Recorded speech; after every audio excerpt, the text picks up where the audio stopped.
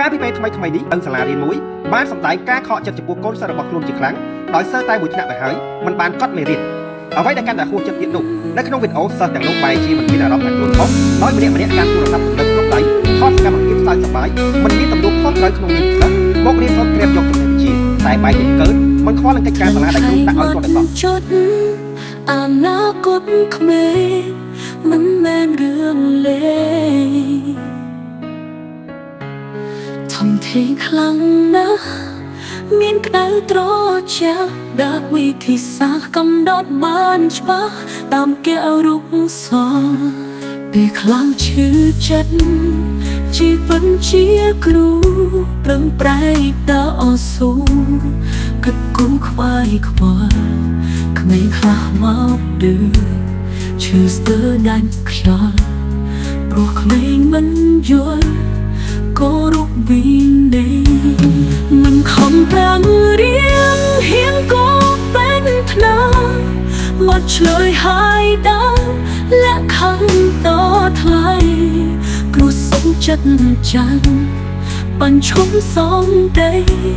ឈ្នះមិនបានអ្វីព្រោះក្តីអាណិន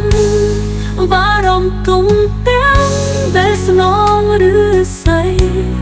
ដោះមិនផុតដីរីងរៃក្រៀមស្វិត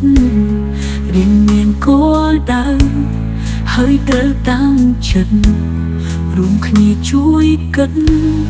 ទើបជាតិរុងរឿង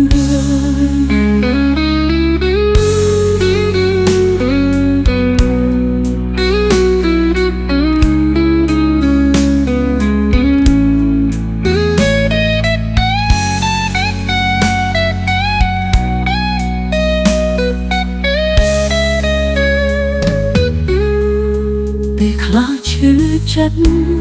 ជីវិតជាគ្រូប្រឹងប្រែងតអស៊ូគិតគូរខ្វាយខ្វល់ក្មេងខ្លះមកឌឺ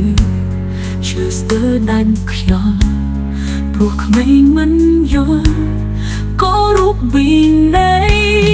មិនខំប្រឹងរៀនហ៊ានក៏เป็นថ្នាក់មកឆ្លើយហើយដល់លក្ខខណ្ឌតថ្លៃគ្រូសុំចិត្តចាញ់បញ្ឈប់សំដីឈ្នះមិនបានអ្វីព្រោះក្តីអាណិនបារម្ភទុំទាំងដែលស្នងឬស្អីដោះមិនផុតដីរីងរៃក្រៀមស្វិតរៀនមានគោលដៅ